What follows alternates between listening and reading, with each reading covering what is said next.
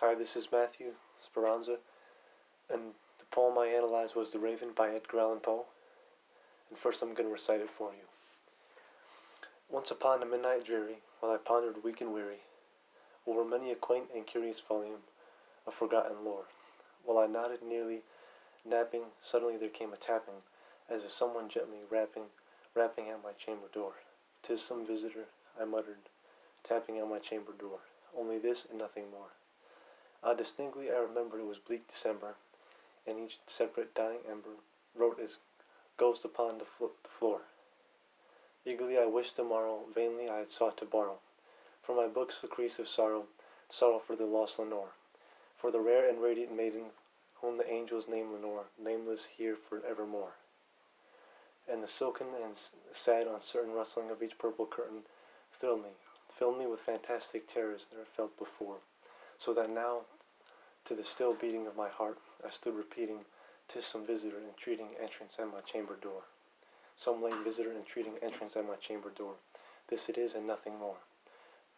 Presently my soul grew stronger, hesitating then no longer. Sir, said I, "or madam, truly your forgiveness I implore. But the fact is I was napping, and so gently you came rapping, and so faintly you came tapping at my chamber door. That I sacrifice, sure. I heard you, here I opened wide the door. Darkness there and nothing more. Deep into that darkness peering, long I stood there, wondering, fearing, doubting, dreaming dreams no mortals ever dared to dream before. But the silence was unbroken, to the stillness it gave no token, and the only word there spoken was this whispered word, Lenore. This I whispered, and echoed, murmured back the word, Lenore. Merely this and nothing more. Back into the chamber turning, all my soul within me burning. Soon again I heard a tapping, somewhat louder than before. "Surely," said I, "surely that is someone at my window lattice. Let me see then what a threat is, and mystery explore. Let my heart be still a moment, and this mystery explore. 'Tis the wind and nothing more." Open here I flung and shudder, when with many a flirt and flutter, in there stepped a stately raven of stately days of yore. No, not the last obeisance made he, not a minute stopped or stay he, but with mien of lord or lady appeared above my chamber door, perched upon a bust of Pallas just above my chamber door, perched and sat and nothing more. Then this ebony bird beguiling my sad fancy into smiling, by the grave and stern decorum of the countenance it wore, though thy cried be shorn and shaven thou, I said, art shorn or craven, ghastly rim and ancient raven, wandering from the nightly shore, tell me what thy lordly name is on the night's Plutonian shore. Quoth the raven, nevermore. Much I marveled in this ungainly fowl, to hear discourse so plainly, through its answer little meaning, little relevancy bore, for we cannot help agreeing that no living human being ever yet was blessed with seeing bird above this chamber door. Bird or beast upon the sculptured bust above his chamber door, with such a name as nevermore. But the raven, sitting lonely on the placid bust, spoke only to that one word, as if his soul in that word he did outpour. Nothing further he then uttered, not a feather then he uttered. Still I scarcely more than muttered, other friends have flown before, on the morrow he will leave me as my hopes flown before. Then the bird said, nevermore. Startled at the stillness broken by some reply aptly spoken, doubtless, said I, what utters as its only stock and store. Caught from my unhappy master, whom unmerciful disaster followed fast and followed faster, till his song and sudden bore, till the drugs of his hope that Melchani's burdened before, of nevermore. But the raven still beguiling all my fancy into smiling. Straight I wheeled the cushioned seat in front of bird, and bust the door. Then upon the velvet sinking I betook myself into linking fancy unto fancy, thinking this ominous bird for oar. What is grin, ungainly ghastly, gaunt and ominous bird of yore meant in croaking, nevermore. Then I sat engaged in guessing, but no syllable expressing to the foul fiery eyes now burned into my bosom's core. This and more I sat divining, with my head at ease reclining on the cushion's velvet lining that the lamplight gloated o'er. But whose velvet violet lining with the lamplight gloating o'er shall pass, nevermore. Methought the air grew denser perfume of unseen censer, swung by seraphim whose footfalls tinkled on the tufted floor. Wrench, I cried, thy God hate thee, by these angels he hath sent thee. Respite, and Nephilim from thy memories of Lenore. O quaff, this kind of Nephilim forgot his lost Lenore. Quoth the raven, nevermore. Prophet, said I, thing of evil, prophet still, if bird or devil, whether tempter sent or whether tempest tossed thee here ashore, desolate and yet undaunted, on this desert landed enchanted, on a home by haunted. Tell me truly, I implore, is there balm in Gilead? Tell me, I implore. Quoth the raven, nevermore. Prophet, said I, thing of evil, prophet still, if bird or devil, by that heaven that bends above us, by that God we both adore. Tell me the soul with sorrow laden, if within a distant Eden it shall clasp a saint and maiden, whom the angels name Lenore, clasp a rare and radiant maiden, whom the angels name Lenore. Quoth the raven, nevermore. By that word our sign, in parting bird or fiend, I shrieked up starting, get thee back to the tempest and the night's Plutonian shore. Leave no black plume as a token of that lie thy soul hath spoken. Leave my loneliness unbroken. Quit the bust above my door. Take thy beak from out my heart, and take thy form from off my door. Quoth the raven, nevermore. And the raven, never flitting, still is sitting on the pallid bust of Pallas just above my chamber door. And his eyes have all the seeming of a demon's that is dreaming, and the lamplight o'er him, streaming, throws his shadow on the floor, and my soul from out that shadow that lies floating on the floor shall be lifted nevermore.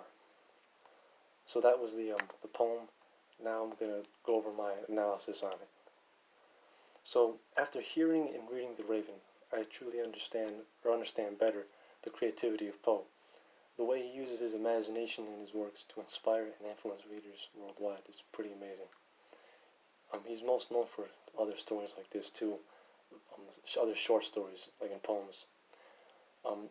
So this story was written in 1845 by Edgar Allan Poe. He wrote this as he was inspired by the pet raven that Charles Dickens owned. In 1841, he wrote a novel that Poe then reviewed for a magazine. When he wrote this piece, he was going through a difficult time in his life. Poe was low and struggling to make money as a writer. During this tragedy, his wife, Virginia, was suffering from tuberculosis.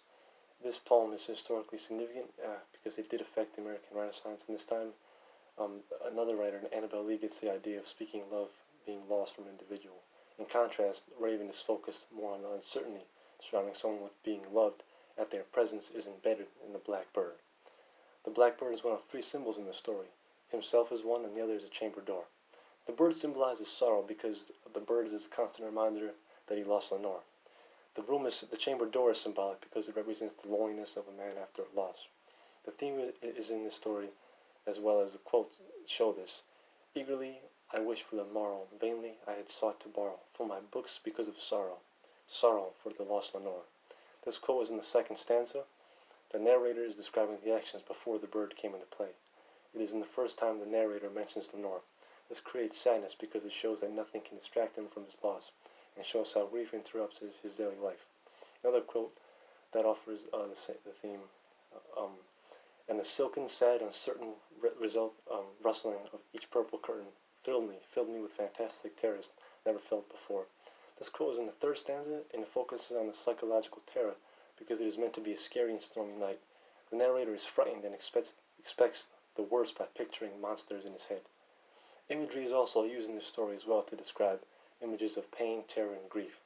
One quote, in his eyes, all have all the seeming of a demon's that is dreaming, and the lamp light o'er him, streaming, throws his shadow on the floor. This would describe the nature of the black bird because it haunts the narrator. This is done to show superstition of the bird by quoting nevermore. This kind of imagery describes the madness of both the raven and the narrator. This is why the poem is one of the greatest works of all literature. Many people who read this poem are affected by the religious nature and culture of the story. The social and cultural political importance of the raven speaks mostly about the obscurity and mysterious parts of the human nature. The Raven by Poe is one of the reasons why he's one of the masterminds in the time where he was hidden when it was taboo to speak freely. The name of this poem, The Raven, also reflects the social views because Poe was a writer. When he wrote this, there was national change going on at this time. Part of it, this poem is, which is why this poem is labeled as a fugitive, because like, when you compare it, a fugitive is like a person who is escaping or hiding.